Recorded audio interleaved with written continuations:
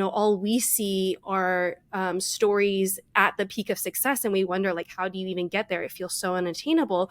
But you started your Instagram from like your first trip to Scotland and before you even pitched agents. And I've seen some of the conversations you've taken your audience on, and you're there connecting with people in the comments. I'm sure there's even more connections in the DMs, and being like a real person. Maybe you'll be that friend to many people who didn't have that access before in their life. Yeah, I'm really excited by people reaching out and, who are on starting their journey. It's so exciting. I'm like, hey, here to support you.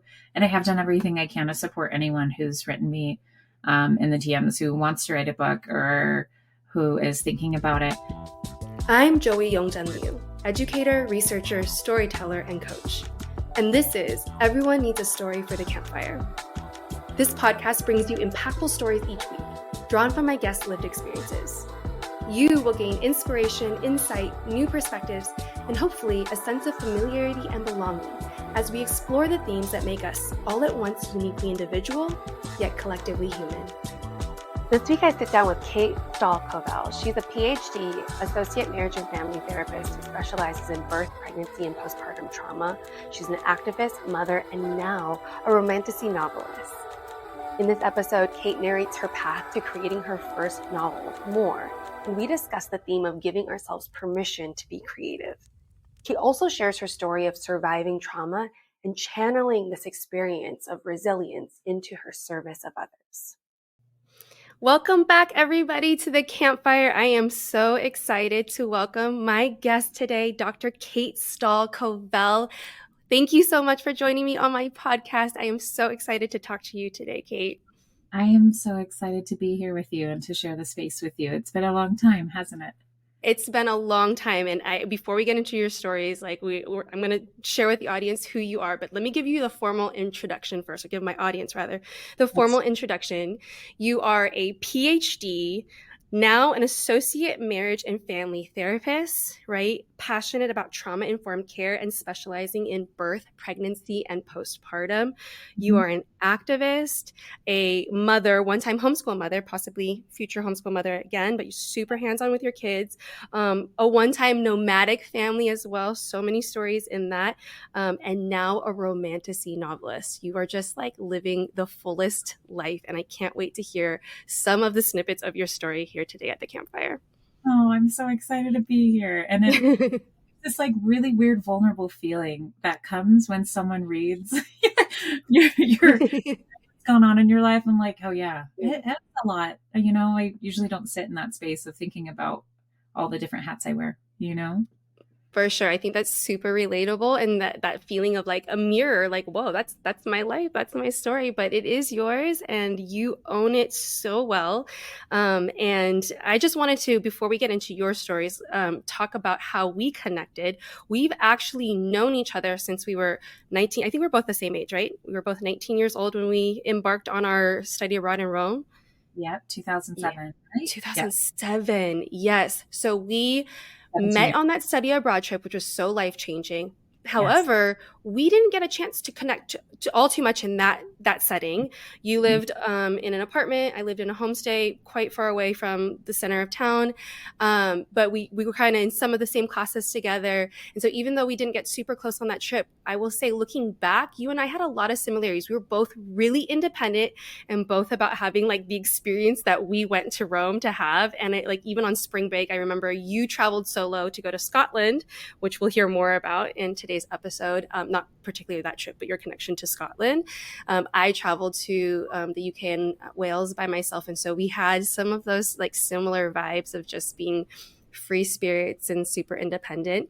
Yes. And then when we came back from that study abroad, there were so many sort of uncanny parallels to our journey that I got to observe through following you on social media and connecting at different points in our reunions and our book clubs that we had for with the group of friends from Rome. Yes. But you got married, had I think your son, your oldest is like a year or so older than mine, maybe a little older than that. But then we were pregnant with our second at the exact same time. I think we had almost the same due date with our second children. And we'll hear a little bit more about that story as well. And then you went on your journey to getting your master's, then your PhD. I then a few years later went on my journey to get my master's and my PhD, and then you've gone on since then to get more degrees. Just can't stop, won't stop, apparently. Exactly, a lifelong learner, nomad. Like you've just, to me, you represent the embodiment of live the story that you want to tell, and you just live so creatively, so fully, bringing your whole self, your whole family into it, and it's such an inspiration to see like every new chapter that you unfold and that you share with us, that we get to follow along and see on your social media or when we get to connect like this. So I'm so excited and so grateful that you're bringing some of your stories to my audience today. It's just a joy to reconnect with you, Kate. I feel exactly the same. I was just telling Dan, or I call him Mr. Kate on my, because he's an introvert and I want to respect his space as much as possible. I was telling him it's going to feel like coming home in a way, because I think that when you study abroad and when you travel internationally, you meet a new self, right? Yes. And when we were in Italy, we all kind of got to choose who we were going to be, and which Yes. we got to take back home to the States. And so in a really beautiful way, it's like coming home to my 2007, just lost my dad. I just had, is it okay to curse? Yes. Okay. I just had 0 fucks to give. And that is you giving 0 fucks. Yes. And I just was like, you got one life. I only had €30 a week on that trip. And I had like, I called them pane piccolo. There's actually a proper name for it, but like the little toasties for breakfast every morning. But I was there and I was living the life and doing what I needed to do. Yeah. So it's Okay. nice to come home to it. Hold up. First of all, I have chills all over because What? I just found out like 3 different things that we connected on.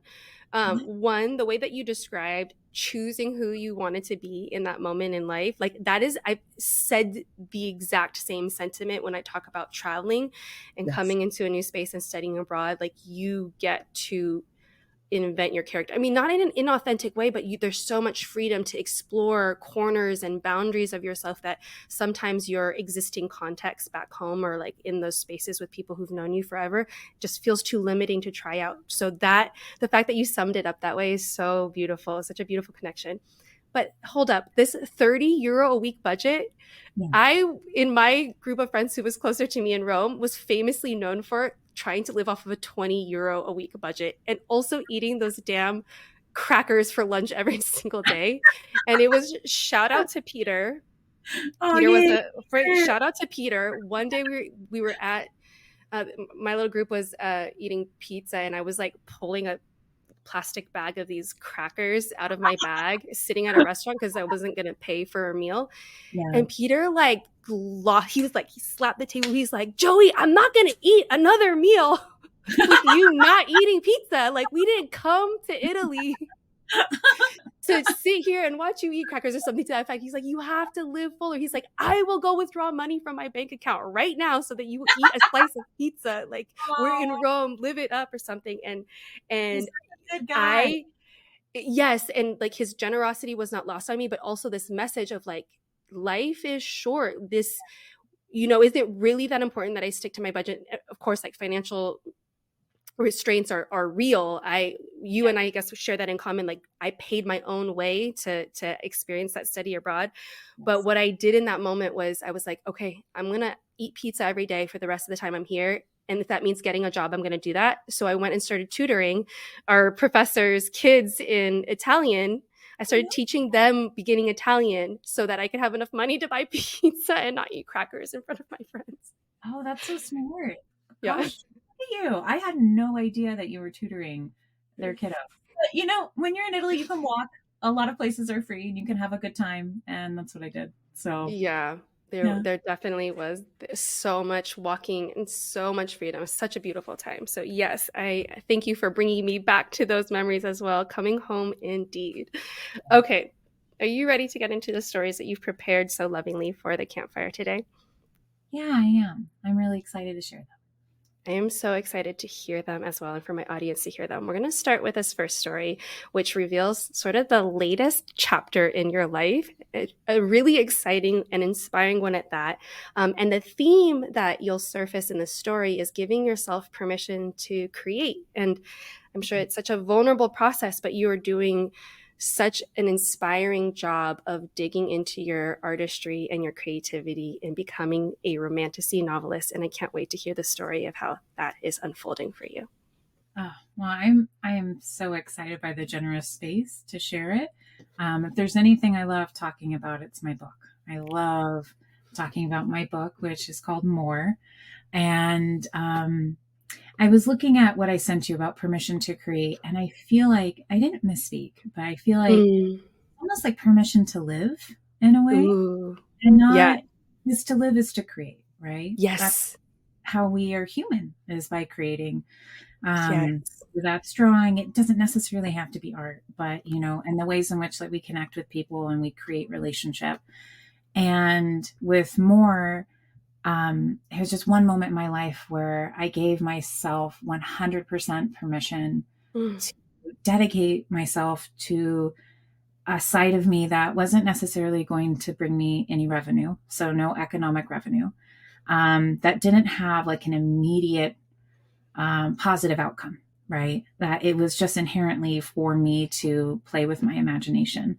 And so so permission to live. So when I started writing More, I was going through a pretty tough time with my family situation, my family of origin, as we say in the therapy world.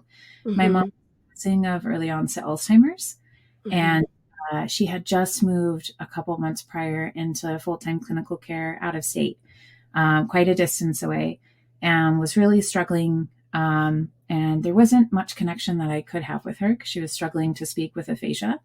And so even phone calls, be mostly talking to the nurses and whatnot. And so I was struggling because I wasn't her primary caregiver. My little sister dedicated her life to taking care of my mom quite diligently. So I was struggling with some, guilt over not being the person who was on scene, struggling with just losing my mom when I'd already lost my dad. Yeah. And just had a lot of grief and sadness. And out came More from that. And I think what happened was I quit social media, and like we all do, I think I even posted a passionate thing about social media, as we all do. And I was like, goodbye. And then of course you come back at some point because the dopamine rush is a real thing. And I quit. And then a few days later I had this dream, and I woke up, and I remember vividly exactly how I felt in that moment. And it was just like, I have to write the story that I just dreamed about. I felt like I knew the character, Berlin, who's my main character in my story. I could see her. I could feel her. I knew the ins and outs of her. I saw other characters. It was a very vivid, surreal dream that didn't feel like a dream. It felt like almost time walking in a way. And I remember turning and looking at Dan, and I think I smacked him. I went, smack. And it's like, hey, not like across the face or anything like that, but smack a gentle, lovingly partner kind of tap. And I was like, hey, I need you to watch the kids today. Is that okay? Because I need to write the story down. And I remember him looking at me and just going, okay, because I was going through an emotional rough time. So I think he was just kind of happy to see that I had something, right? Something to hold on to. Right. And when I started writing, instead of all those thoughts that tend to crop up when you start something new, right? You get imposter. Some people don't call it imposter syndrome because it can be a deeper thing, right? Anxiety, trauma. I had none of that. There was nothing there because it was just like I'd already lost my father in a horrific way. I was losing my mother, had already lost her, to Alzheimer's, but was losing her body and her beating heart. I was losing her. There's just no guarantees. And so none of that anxiety, none of what would normally come up with a new project or a new job or something creative came up. And I just gave myself permission to write more, not really knowing what it would become. But I knew that I liked it. I didn't even want to read other work. And I'm a voracious reader. I'm a bibliophile. Every book I have, I've read. Except for a couple new ones lately. It's been hard to read since I've become a writer because I really just like spending time in my story. Yeah. yeah, so that's where the permission to create and just the permission to embrace this side of myself came out. I think it Mm. came at first distracting myself, and then and then like a lifeline. Like if I'm not creating, then who am I, right? Mm. I'm not giving myself permission to be myself wholly. Um, Mm. fully. And I think some of it circles back to my work as a therapist. There's this thing in trauma therapy that we ask when my clients connect with your younger selves, which is, can you be there for your younger self with 100% of your being? No holds. Can you sit with this younger self who's experienced trauma and be with them, no sense of judgment? And I think for my book, I was able to be there for myself. It just feels like, like coming home to you, like I'm coming home to like my younger self. Um, Mm. and creating characters and using my imagination and delving into history and fantasy and folklore and folk tales. And I mean, that's what I've always been about. So it feels like coming home again in that kind of way. Wow, that's beautiful.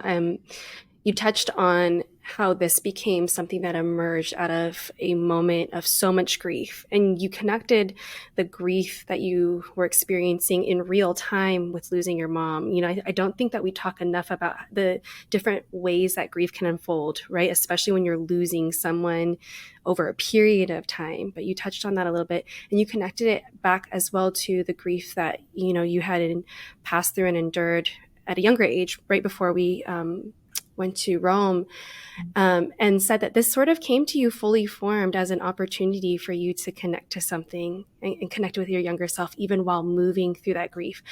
Can you speak more to what then did the grief look like as you started, like once you took that first day and started writing, and once you started doing all the things that you're saying where you just wanted to spend time in that world, how did the grief show up, and did it show up differently?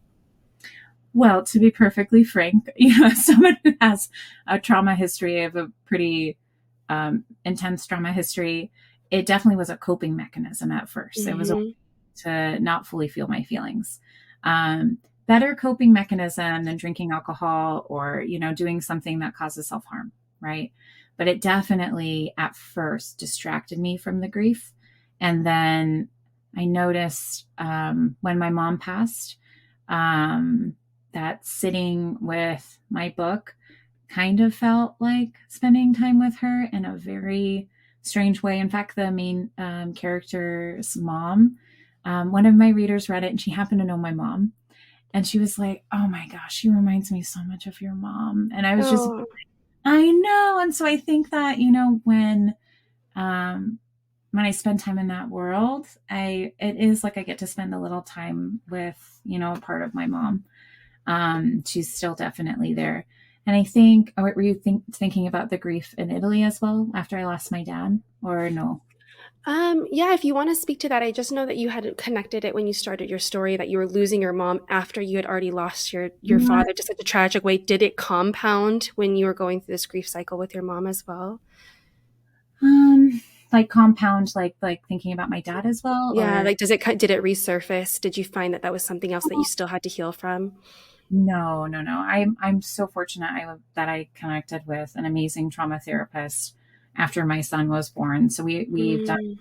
I mean, that's all cleared out. And the beautiful thing about like somatic body based trauma therapy, I sound like such a salesman, forgive me. But when you clear it out, it doesn't come back, And so I used to have, like serious trauma symptoms around that. But no, I think what I had to kind of go through, which is any kiddo who loses both parents, and if you don't have parents, caregivers, like the primary people like who raised you and sheltered you, when they leave this earth, there is like a feeling of, oh, I'm kind of alone. Like even if you have a beautiful family and supportive friends, it doesn't necessarily replace mom and dad or grandma or grandpa or whoever that person is. And so there definitely was kind of an alone feeling that I had, and spending time in more, I don't feel alone in any way, shape, or form. Like I feel, I don't know, they're all friends. They live in my head.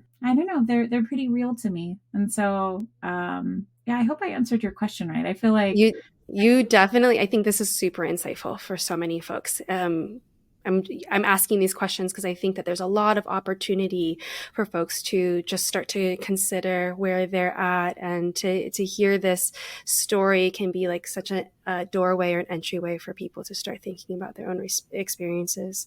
yeah. I think, just to kind of cap this off, there's, this thing we call post-traumatic growth. And I think when I lost my mother, I didn't necessarily experience trauma. I was with her when she passed. But I mean, she had been in pain for so long that it really was very healing to see her shift to the other side.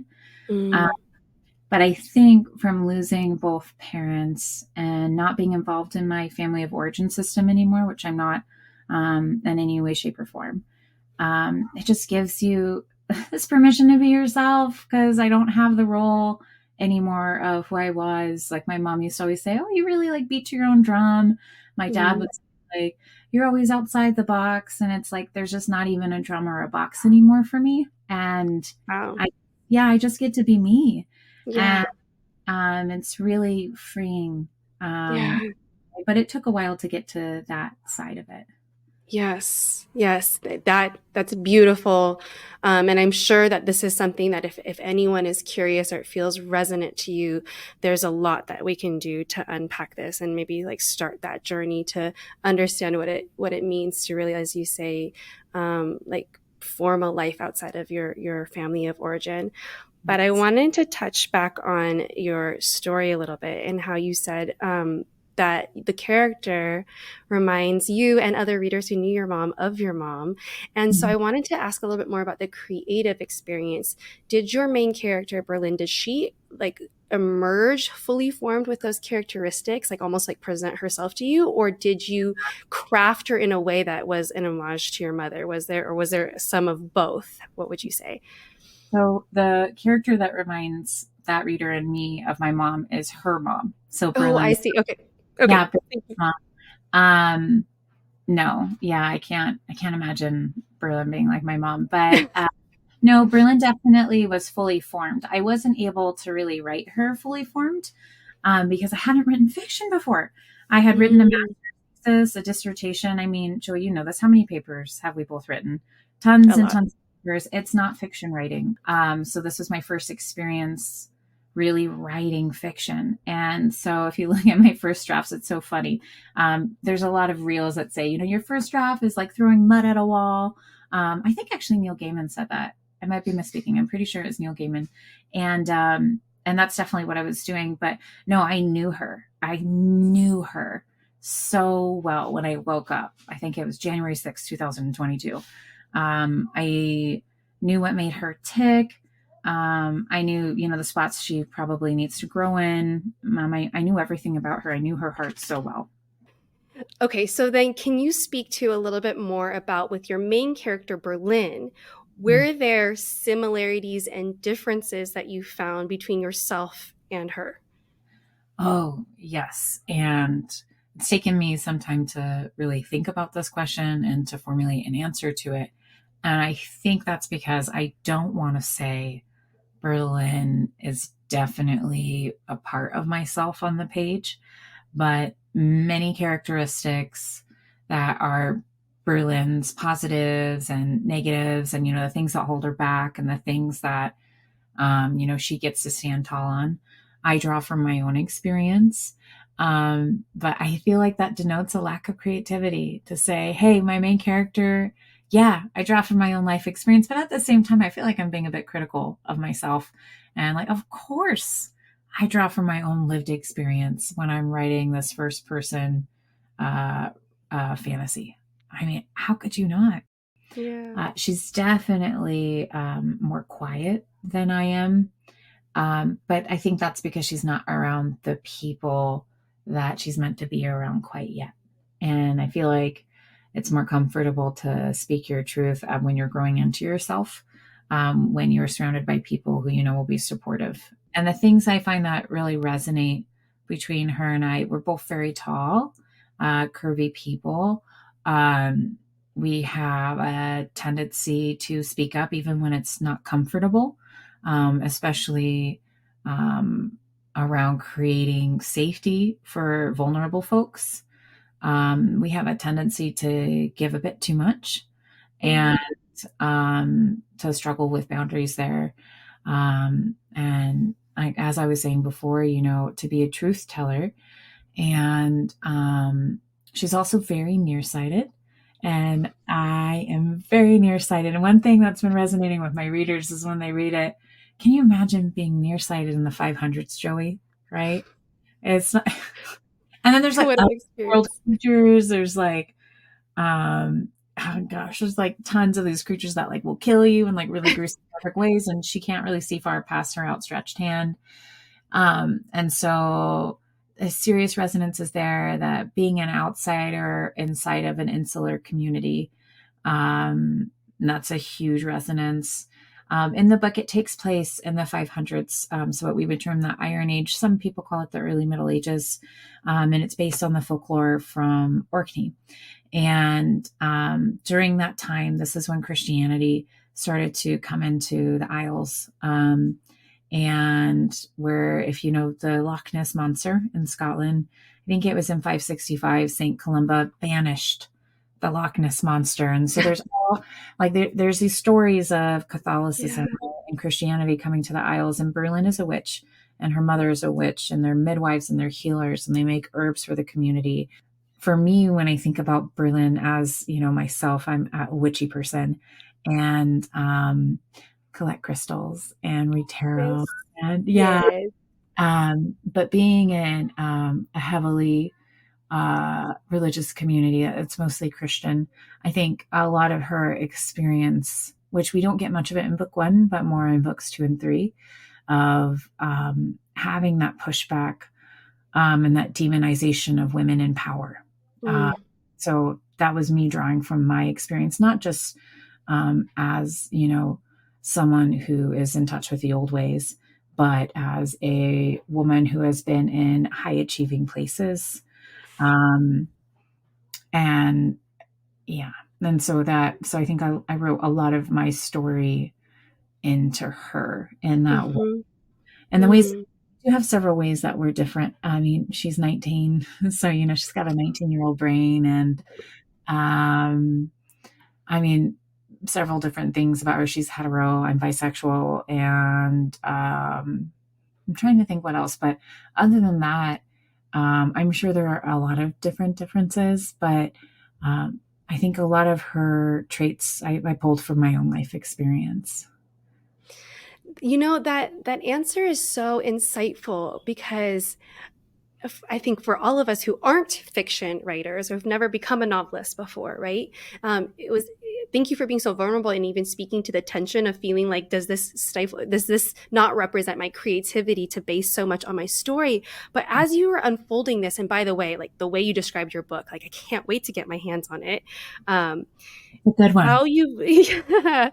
um, but how you're weaving together historical stories, you're weaving together thematic stories that is pushing against like dominant narratives when you're talking about patriarchy, when you're Yeah. talking about the role of women and in really their gifts and their strengths and that being taken from them. And then you're talking about crafting a character who stands alone in her own personhood, who's not exactly you, but the truth that you're bringing to the story, even though it's fiction, how can you know that truth if it's not from your own lived experiences, whether it's through your lived experiences or the knowledge that you've absorbed, in your human life through research, through observation. And so what a beautiful synthesis of everything that makes up what you know and what you feel and putting it into this novel for your readers. Yeah, it felt very healing to write it, and I don't think I was cognizant enough of how much her story resonated with my own journey, even though they Mm. are very different. And so I think it's something I'll continue unpacking for myself. So awesome. I mean, and I hope before we move to the next story, my last question around this creative process, because it's such a new world for me, is can you walk us through more of the process? Like you're talking about this character building, you've talked about this early stage where it felt like just throwing mud against the wall. What where are you now on your journey? What have you learned about writing a novel, publishing? I know that you're documenting on your Instagram this journey of finding an agent, and I love the way you speak about, I'm putting my manuscript out there and I'm finding the agent who's looking for me. Can you Yeah. break down that story a little bit more? Yeah. Well, when I first wrote more, I wasn't really sure what would happen with it, like who would read it. I was really writing it for myself, but I did call. I'm so lucky. I'm such an impetuous friend. I was like, "Hey, Meg Ellison, who is an award-winning author and is my friend," and I was like, "Hey, can you talk to me about how you publish a book?" Because like, Mm-hmm. know what I'm going to want to do with this. And I have a draft, and it was only 60,000 words at the time. And so anyone listening to this is probably laughing if you're in the writing world, because that's not a draft. It's at least 90K, between 90K and 130K, especially for a debut. And she was like, "Oh no, honey, like you have to write more, and you're not ready to query, and you're circle back once you have a draft. I'll read the first 50 pages and then we'll go from there." And Meg, I think it's so key when you're coming into the community and wanting to be traditionally published, that Mm-hmm. you have friends, that you have people you know, or you Mm-hmm. make friends. It's kind of like networking, but at the same time, it's not, because these are like, they're your friends, like people that you trust to tell you the truth and to get you to a place that you want to be. So I started the querying journey this past January. I pitched, I would suggest like writers' conferences for anyone who's trying to get their book published so that you can meet with agents. Um, I love talking to people, and I mean, listening to people, that's my job as a therapist. And so going to these writers' conferences and having that contact with agents was really helpful. And then from January to now, I've sent out several full manuscripts, which has been really exciting. I haven't had an agent offer yet, and I'm really hoping there's one around the corner.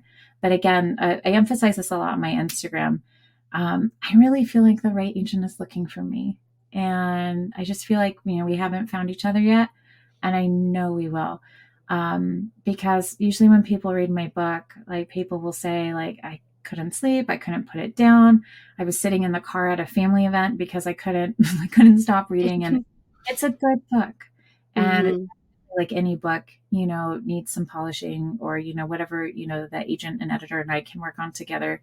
So it's its most presentable self. But yes, I would say definitely, making friends with people who have published, so they can hold your hand. And then in return, you'll hold other new authors' hands when they go through their journey, Mm-hmm. and you just kind of pass that knowledge. I wish it wasn't so, it's not necessarily secretive, but it definitely is like a very steep learning curve, Mm-hmm. because I kind of just thought you call an agent and then you get an agent and then you publish, and that's about it. But no, it's what, Joey, it's strangely like academia. Dan and I were talking about this because, like, when you go to hire in for a tenure track job for academia, there's, the letter, the references, and then all of the questions like that they ask. And then there's the panel of people, and then there's the individual interviews. It's very similar in finding an Mm-hmm. agent. So about publishing, I don't know much about it yet because I haven't published yet. So, but for finding an agent, it is somewhat of an arduous process. Yeah. Well, thank you for sharing that, because I think that like even you sharing the piece of the chapter, the piece of the journey that you're in now to someone who's never looked into that at all, like we just it's a myth to us, just like you. We would think like, yeah, I want to write a book. Let me just find a website of who I can contact and say, here's a book I want to write. What do I do next, right? So I think it is really key to peeling back the curtain a little bit. And I want to sort of touch on two things that you mentioned. One, I'm going to start with, I appreciate so much your belief in your own art and your own creation. And I would say it's not from this like ego, self-centered place, even though you started off and you said, I love this book. I love spending time with this book. And that is beautiful and honorable. And art should exist just because of what it creates for us, those experiences that it creates for us. But in addition to that, it's become this like collective experience where it's going out into the world and creating beautiful experiences for other people where they can get lost in your book.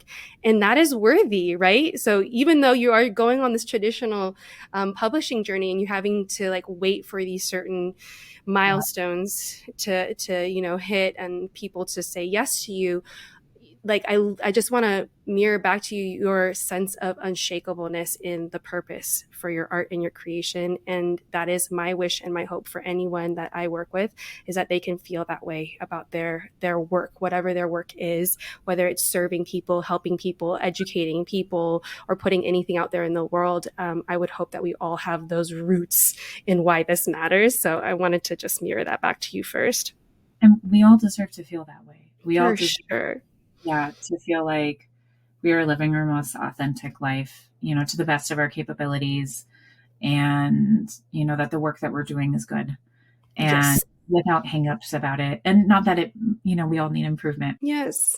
And one small story around that real quick. One of my readers wrote me a few weeks ago, and she said she was having a really hard time. And she just heard this voice in her head. It was my main character, Berlin. And Berlin said, "Get up off your ass. It's all going to be okay." And I was like, she totally would say that. Like, that is exactly what she would say. And I had a little bit of like a laugh cry, because I was like, oh, that my characters are sticking with people and inspiring them. Isn't that beautiful, Joey? So like beautiful. That's something I will brag about too. That it's like, oh, that it's affecting people, that it's making them feel heard and seen. And I'd want my book to do it's to make anyone who, was a little bit too much growing up, a little too wild, didn't fit in, to just really feel seen when they read her story. That is such a necessary mission, and it's happening. Like that would be fuel to my fire for sure, of saying this needs to keep going out into the world. If it can do that, right? If these characters can live and breathe inspiration and instruction and whatever my reader needs, then it's worth sitting down every day for however many hours I need to sit down and get these words on paper and create this world that can connect to people's lives, right? Yes, 100%.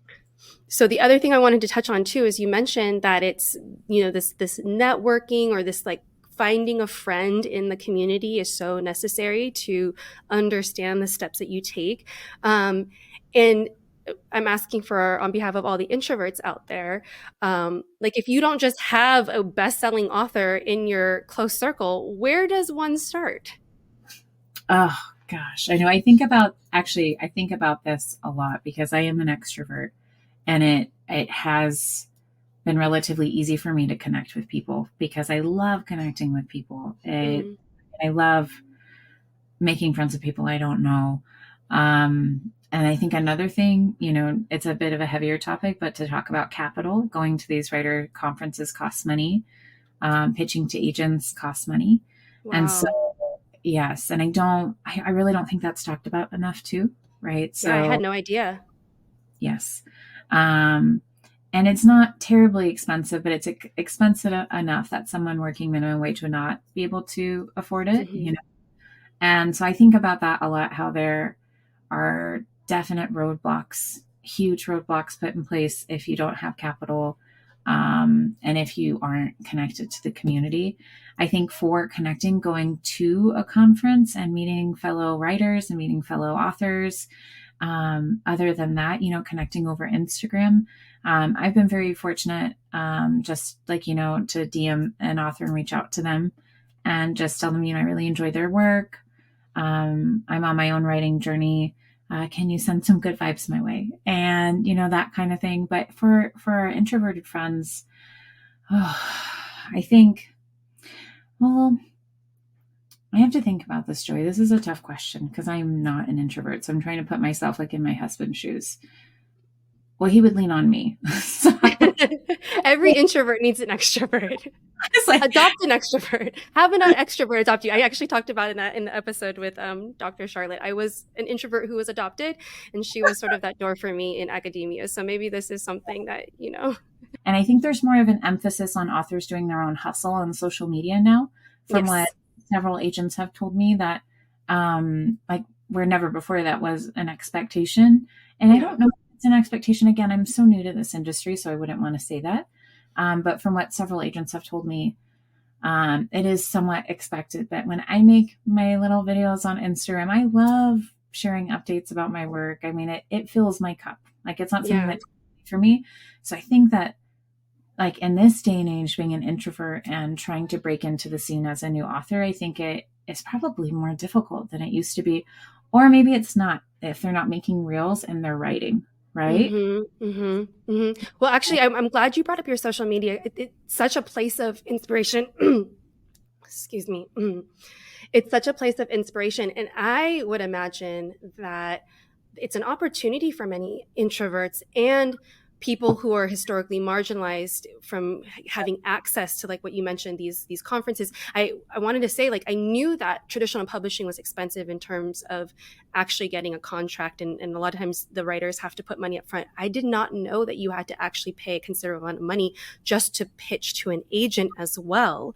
And so Yeah. my hope is that with social media, shifting things in every industry, that it becomes an equalizer in some way, shape, or form for folks who haven't had access through the traditional doorways. And I see what you're doing in building your community on your Instagram page, and in many ways peeling back the curtain of just even talking about this process. Like I think so many people feel like, oh, I can't talk about it until I've landed the agent or landed the deal or whatever. And then, all we see are stories at the peak of success. And we wonder, like, how do you even get there? It feels so unattainable.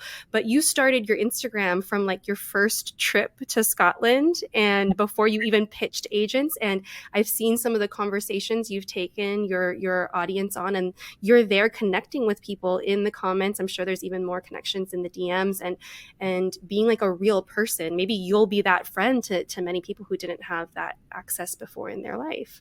Yeah, I'm really excited by people reaching out and, who are on starting their journey. It's so exciting. I'm like, hey, here to support you. And I have done everything I can to support anyone who's written me in the DMs who wants to write a book or who is thinking about it. But I've been thinking about this conferencing, and I think that maybe I've been to two writers conferences, but they've been ran by the same company. But maybe what we could do is help get established authors together and to have a fund set aside Yes. for folks from minoritized communities or who have real economic barriers, right? That don't need to like do not a lengthy application process, because that in itself is a barrier. But Absolutely. anyone who needs a little help, that we do have, like, each agent has 2 to 3 spots that's specifically for someone who couldn't pay, right? Or Yes.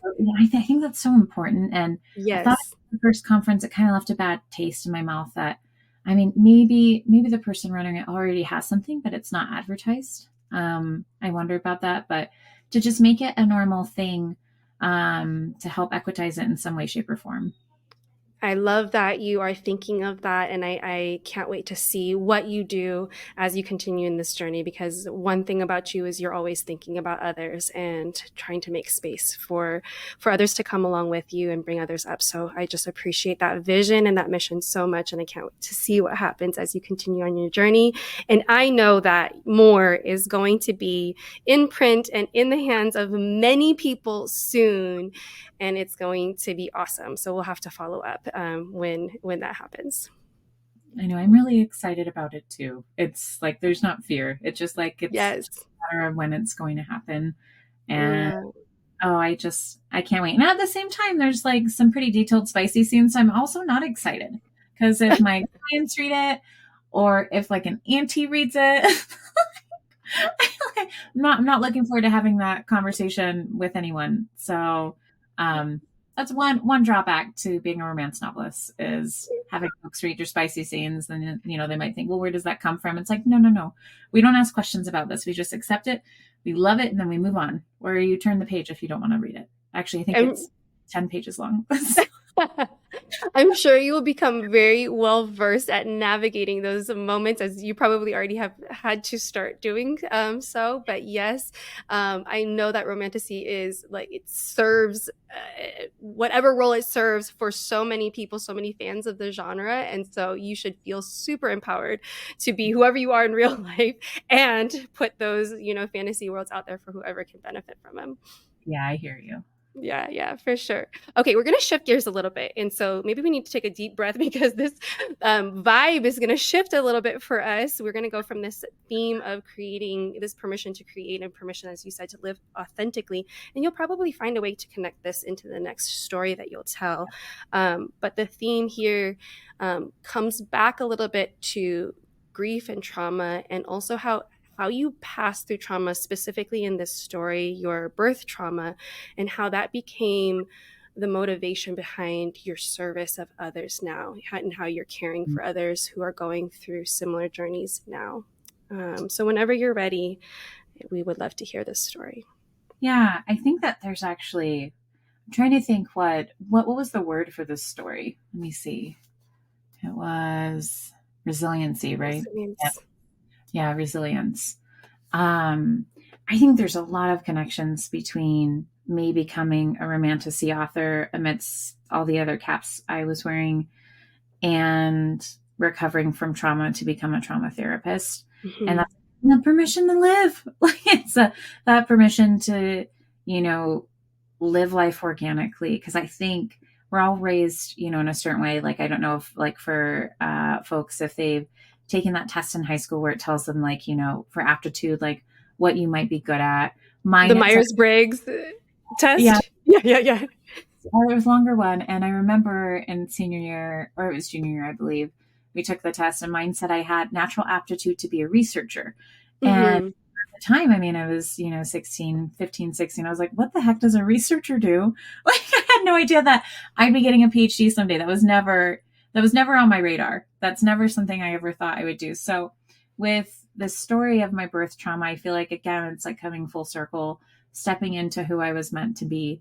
And really, in a very strange way, thinking the trauma that I had, because Mm-hmm. if I had my birth trauma, then I wouldn't be able to hold that space as diligently as I do for the moms that I work with. Right. So to start the story off with my second born, Bernard, around 32 weeks and 3 days, I developed severe preeclampsia. I think it's actually preterm severe preeclampsia because he was a preterm baby. Mm-hmm. And I had this feeling since I found out I was pregnant. I remember looking at the stick, and Bernie was in a planned pregnancy, and thinking I just started to, work as an adjunct faculty member. I was getting into my groove of being a professor and wasn't really feeling like I was doing what I was meant to be doing, but I'd worked so hard to get where I was that, I could see myself stepping aside. And I had this feeling that either Bernie was going to die or I was going to die. And it was just or come near to death. And it was this very seated, not out of anxiety. It was just this kind of knowing that something bad was going to happen. And so 32 weeks and 3 days, the day before Bernie was born, my face was quite swollen and hands were swollen, feet were swollen, but it was my kiddos finals at UCR. I call them kiddos, but they're adults. I probably shouldn't. My adult students, it was their final. Or we were quite near to it, I think. And it was their final performance because I was teaching actual dancey dance. I usually taught history or English. So it was super fun to be able to work with the physicality of dance. Mm-hmm. And I was really concerned. I thought maybe I'm developing preeclampsia because I was writing my dissertation on pregnancy, birth, and postpartum, and had unfortunately read way too much information about preeclampsia and how it was like one of the leading causes of death, especially in the US. And my midwife said to have someone drive me either to the hospital or to the birth center. And so I drove myself like from Riverside to Long Beach, and I went and got my nails done. And I had a garden burger. And by the time I got to my midwife, the midwife assistant checked my blood pressure and then tested the protein in my urine, and it was astronomically high, both. Like very high, like call 911 kind of high. You're going to have a seizure or stroke imminently. And so they said, hey, you need to go in an ambulance right now. But my mother-in-law fortunately lived a few minutes down the road. And so I called her and she picked me up and took me to Long Beach Memorial. So I was away from Dan and from my eldest. And the birth experience itself was very traumatizing because I knew that it wasn't going to end well. Mm. And I asked the surgeons, I had 2 surgeons working with me for a cesarean section, though I had a vaginal birth at the midwifery a few years before when I had my eldest. So I had what we would call a proven pelvis, and um, had proven that I could have a vaginal birth. So they very Right. much wanted to have a vaginal birth. And I believe, I don't know the exact research on this. I'm guessing there's an increase in risk when your blood pressure is very, very high. So they put me on magnesium. They said, let's just, like, he's going to be really tiny. Let's just try to push him out.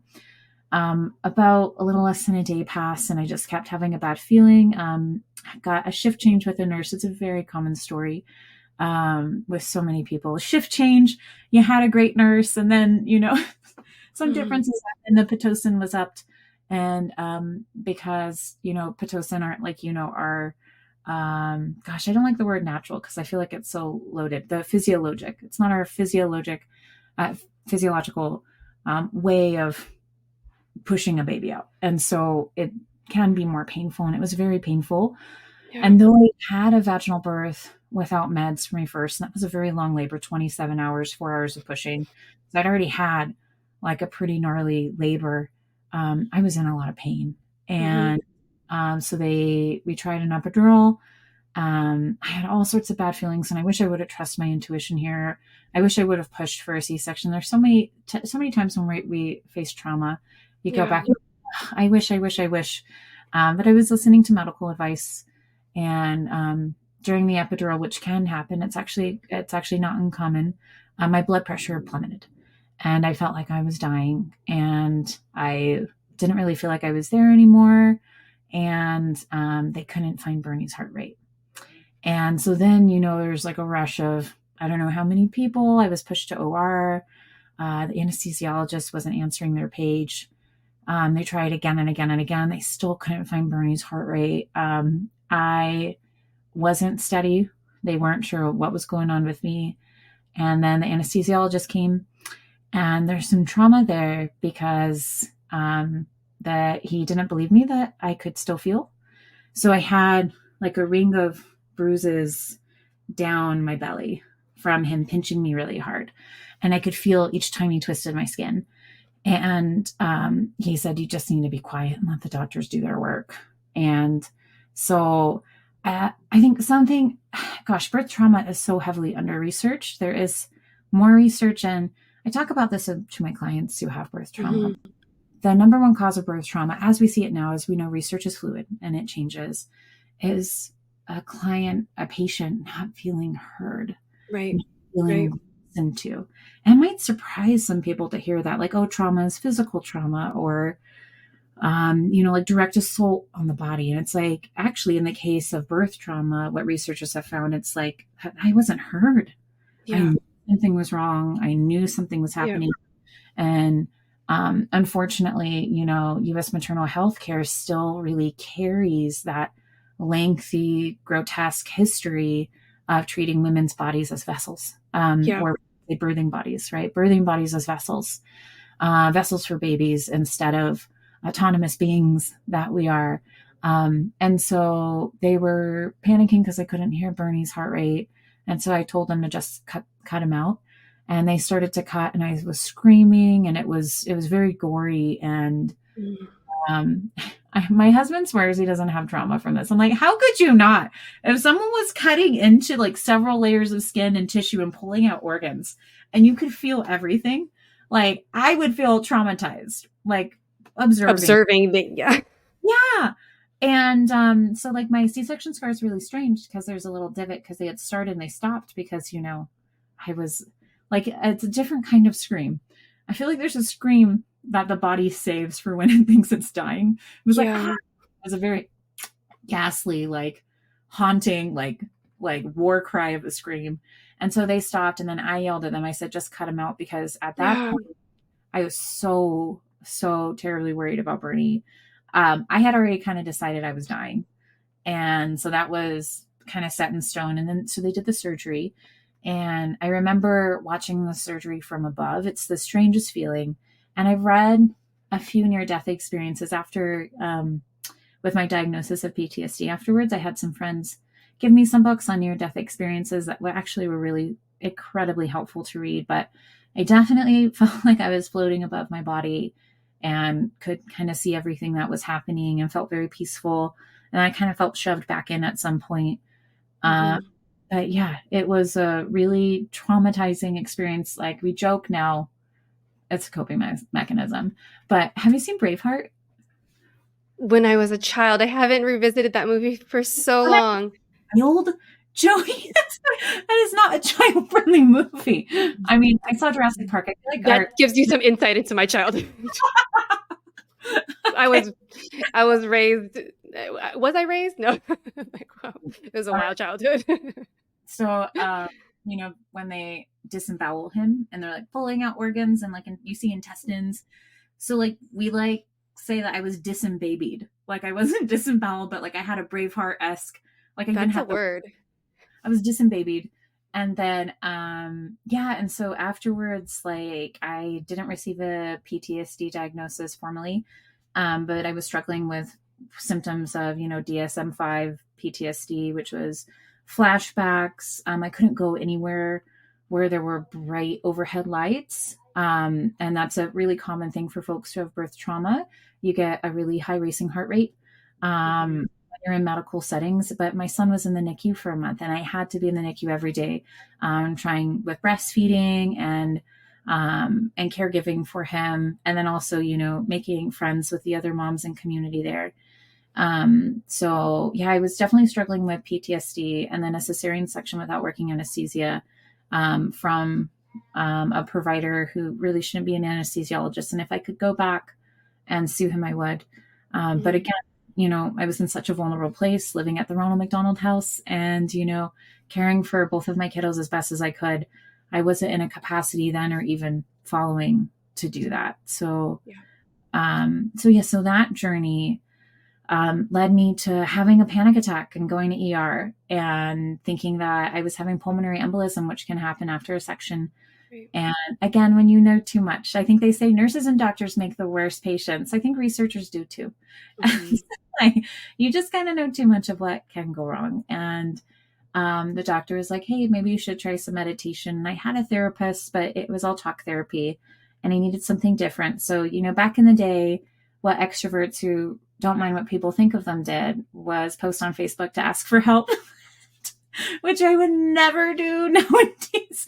But you're like, hey guys, I'm having symptoms of trauma. I'm struggling to breathe. Anyone have suggestions? And everyone had really great, wonderful, generous suggestions. Mm-hmm. And my mentor, Dr. Raylene Phillips, who's a leading neonatologist in the Inland Empire in California, she said EMDR therapy. And I didn't know what it was. I didn't even know what it stood for. And I was like, if Dr. Raylene says EMDR, I'm going to go do me some EMDR. And I found my therapist, who also had a PhD, and I didn't have my PhD yet, but so she was familiar with academia and she did EMDR. And after that first session, I felt like I could breathe again. And it was just this, I can't even begin to explain what a gift it was. And I told Dan, I was like, I want to be a therapist. He's like, girl, he was like, you were just saying you wanted to be a midwife and an MD after your PhD. And he was like, you got to choose something, right? Because I don't think we have the capacity for massive amounts of like continual loan debt. And no, like I want to be a therapist because what she just gave me is, I didn't think it was something that you could give to someone without medication, right? Without a prescription. She gave me my life back because I entered that appointment not able to breathe because my system couldn't regulate because I was so traumatized. And well, I'm sorry, I went into the appointment with a dysregulated system and I left with one breathing technique that could get me into a grounded place. And she was my therapist for 7 years. She still can be my therapist, so I can call her anytime to process anything that comes up. And she practiced not just EMDR, but she was shifting into a model called Comprehensive Resource Model, it's CRM, which is a trauma-based model. I call it kind of like hippie EMDR when I try to explain it to clients. And CRM saved my life. And it's all about repairing attachment disruptions and that example I gave earlier in the podcast of like, are you 100% there for yourself? It's learning and taking out those parts of you that are very traumatized, loving them, releasing Mm-hmm. not telling them anything really, but holding space for them. Yeah. Feel the feelings that they didn't get to feel because they were so scared. Because they felt like, I mean, when your parents are disappointed in you, or any of that can be very traumatizing to a kiddo's nervous system. And so I wanted to do CRM, was very happy to go back. I was finishing my dissertation when I joined the MFT program. Yeah. And yeah, I told, my new colleagues, I was like, oh yeah, I'm going to be doing trauma therapy work postpartum. And a bunch of them were like, well, you think that, but I was like, no, like that's like the only reason why I'm here. Like, it's like the only reason why I'm here is to give the gift that I was given. And then for them to give it and for it to multiply. And my clients teach the breathing techniques to their kiddos.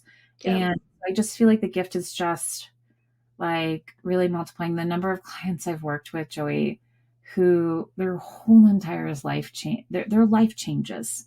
Yes. And I only get to see snippets of their life, but just the way in which they can hold space for themselves and others, it shifts completely. And it's just, I think I just say it's so hard to put it in words. It's like the most beautiful thing I've ever done. I love working on my book. I'd love to be a full-time author, but I don't think I would ever not be a therapist because it's such a gift to give.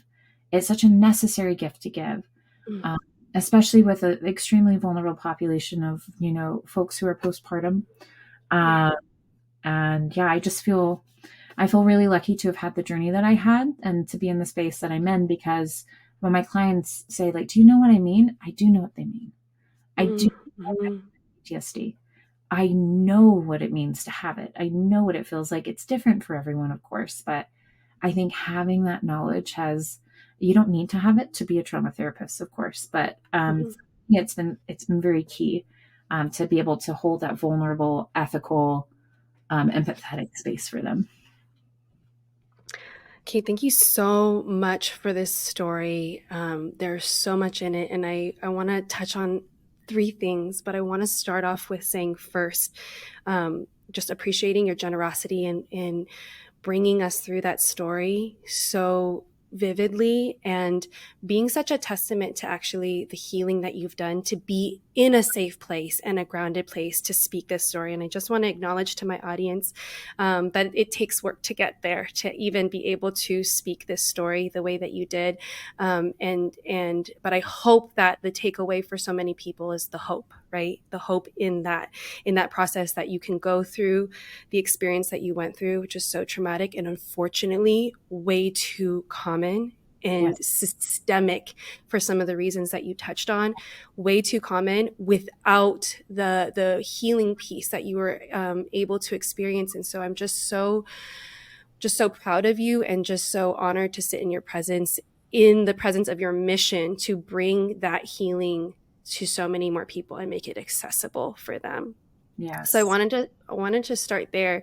And I wanted to say this is definitely a coming home. I knew from what you've shared of your story online that you had gone through this therapy journey. I don't know if you shared or if I didn't pick up on that it was EMDR. When you said that EMDR gave you your life back, like I'm having a visceral reaction. This is now the 4th podcast, I think, where it's popping up where I'm sharing that EMDR gave me my life back as well as a survivor of trauma. And so there's just something to this modality that is, I wish more people knew about. There's this, again, I keep saying this, I think, because I'm a researcher. Research is always changing, right? Though the research is always shifting, what we know about trauma is that it gets stuck. And it gets stuck in the nervous system. I mean, I could go on a lengthy neurobiological explanation, but talking about it can actually make that trauma deeper in the system. And reinforced. Yes. And I also feel like there's this kind of ritual aspect to EMDR. Yes. I know there's so many healers worldwide, and I've heard, I'm trying to remember the name of this particular healer, but they were like, how do you heal someone by just talking to them? And I remember reading that, and I remember that really resonating with me, that there needs to be some kind of ritual, some kind of connection with the body, right? Connection, community, like there's healing in community. And so I feel like for any kind of trauma therapy, that's so important. And it's so good to hear that EMDR helped you, Joey. Isn't it beautiful? It is beautiful. And I want to mention, because you're already sort of like setting the stage for it, you mentioned your connections to your EMDR therapist and certain aspects that felt representative to you and how she understood you. And I just want to shout out my EMDR therapist, who was a fellow Hapa woman, half Asian, half of European descent, who understood my story, who was also an academic and had experiences with being neurodivergent as I am. So representation in these spaces of healing is also so powerful. And I want to shout out you too for surfacing how this modality also aligns with decolonizing frameworks and this indigenous and ancient wisdom of collective peoples, which unfortunately isn't present enough in the dominant narrative around healing and mental health. And I think that the people who need the most access to this to get through their trauma need people who understand this and who have lived experiences that represent, entry points and access points to them. So I just want to echo that back and appreciating your awareness of this and you're amplifying these messages to the people who really need to hear them. Yeah, I wish that like most of us were trained in trauma therapy clinicians. I think that it does bridge a lot of gaps that have always been there. Yeah. And there's like a really lengthy, interesting history of psychotherapy in general that enmeshes with racism, like anti-LGBTQ in a way. And so they're just like with most medical professions in the US, right? There is a heavy history behind it. Yes. It's very charged. And I feel like trauma therapy in a way subverts some of that because Yes. it's about, not me therapizing the client and forming my own opinion from my worldview about what's going on for them, but it's them getting to step into their past. It's that autonomy that I'm not giving them, but the autonomy that I'm pointing out is already there. And then they get access and then take control of their own healing journey. And I think that's what's so powerful about these more somatic minded modalities. Yeah. I appreciate you putting words to that. I want to circle back a little bit to another element of your story. Do you feel comfortable with me asking questions about your story? Okay. So one of the things that I think that really lit up for me, because I am familiar with several stories of people who have been through birth trauma, and you named this piece of where the trauma lies in addition to what happened to you physically and to your body. But this first piece of not being heard and not being believed, and to me, I see just the inaction of patriarchy, right? In a medical space where you're supposed to be protected, you're supposed to be cared for. It's supposed to be the space where you're receiving the utmost care and your life is being regarded. But you talked about this very dehumanizing experience of, I'm telling you what I'm experiencing in my body. And as a woman and as a birthing human, you don't believe me. You don't even hear me. And this has been a common thread and a common piece of the trauma from the stories that I know of women who have gone through that. So I just wanted to ask you, you're working now with people who have experienced the trauma to heal from it. What would you say to women or to people who are birthing people, if they've never experienced the trauma, but they are anticipating giving birth or anticipating being in hospitals? What would you say to them in preparation to be in these spaces where we know that this is a systemic systemic problem, a systemic thing that happens to so many people? Stories are very powerful. And sometimes when you hear a story, especially when there's an aspect of trauma, it can sit in the psyche, right?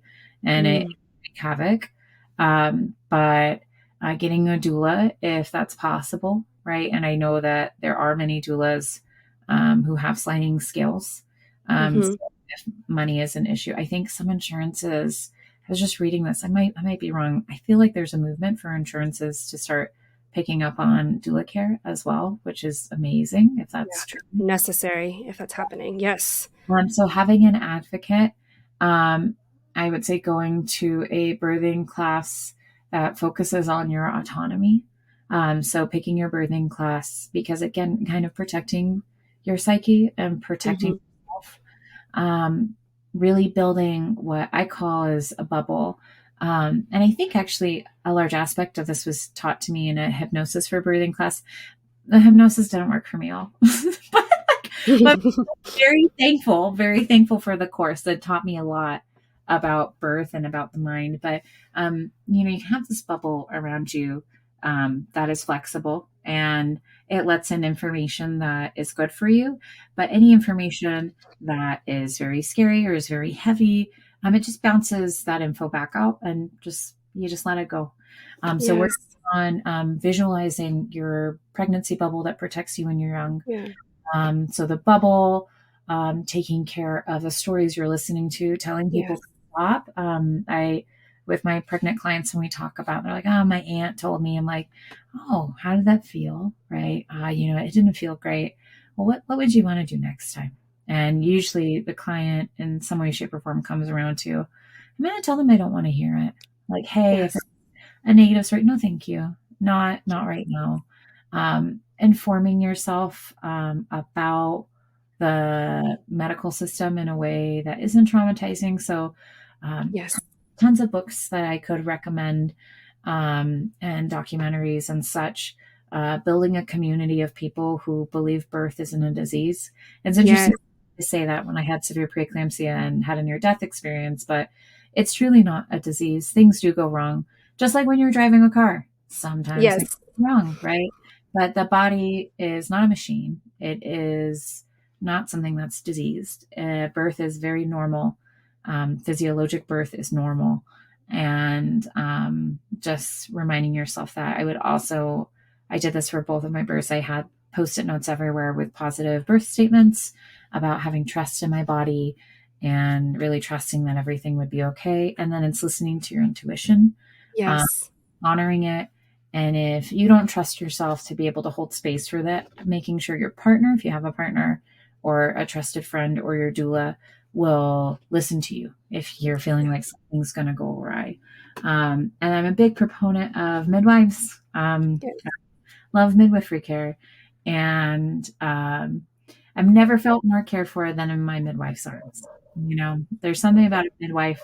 Midwives, are the original healers. Berlin is Yes. a wife. She's, because because Berlin is a witch. And back in the day, I mean, witches still are midwives, but a witch was to be a healer, was to be a bringer of life. And so midwifery care, I feel like your autonomy is, you have a better chance at having your autonomy respected.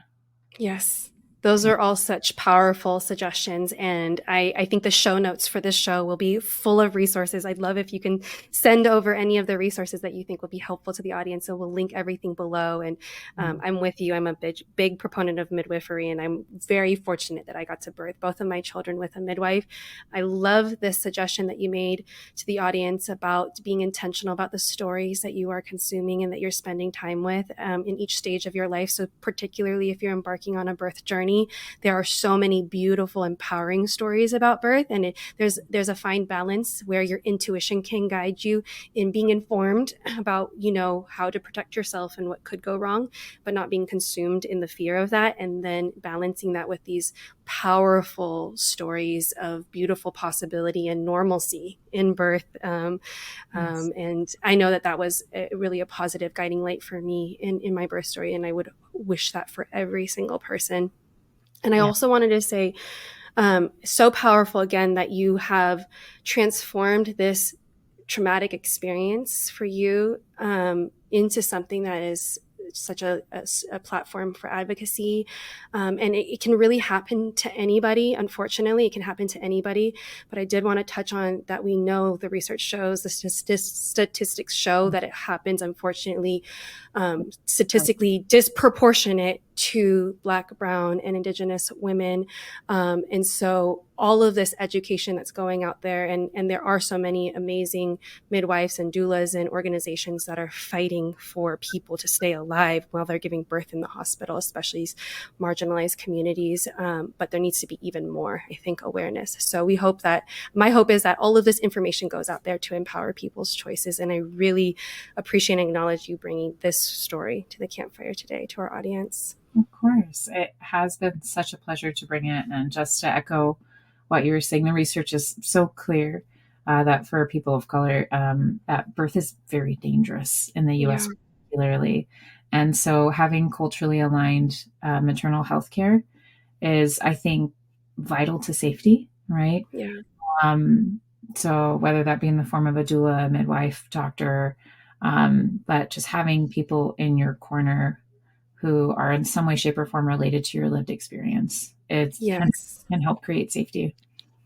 Thank you for that. And we are going to wrap up this episode with you reflecting in that same spirit, reflecting on this theme of this season of the power of stories that reach. And I think we've caught a glimpse of that here in your stories. But can you share with the audience what it means to you to put your stories out in a public way and have them reach strangers and audiences and impact their lives? What it means, gosh, I don't know. It's like surreal.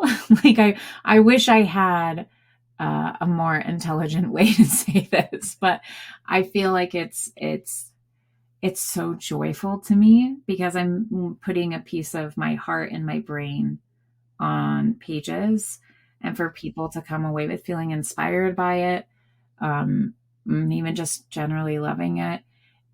It's kind of like in kindergarten when you get to bring a stuffy to show and tell, and everyone's like, that stuffy's so cool. You're like, I knew I liked my stuffy, right? I believed in my stuffy, so I brought it to show and tell.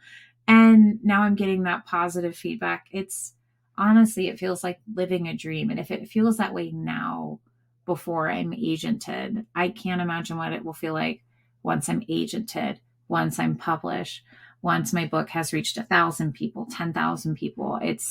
I'm already sitting in gratitude. And I think I'm just going to basically just sink into gratitude like it's one big lovable beanbag chair, because it is just, I don't know, it's an amazing feeling. I can't describe it any other way.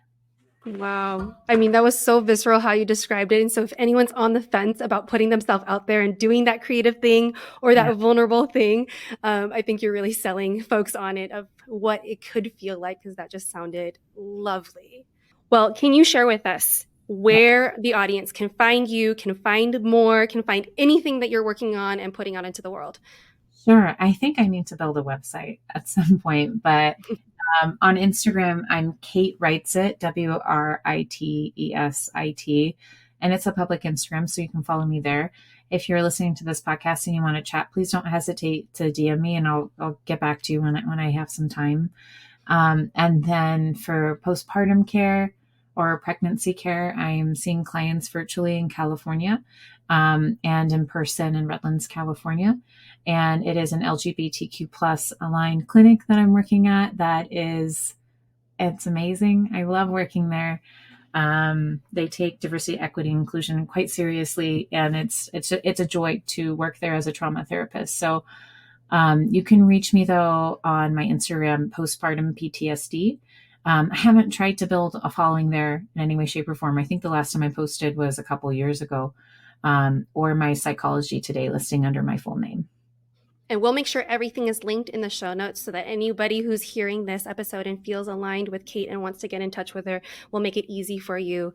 You're doing amazing work. I am excited to keep following your story and journey and to chat with you next time, wherever your story is unfolding and whatever turn it's taking. I can't wait to catch up with you next time. Thank you so much for being here and bringing your stories to the table. To the campfire. Thank you so much for bringing your stories to the campfire here today. It's been an absolute joy.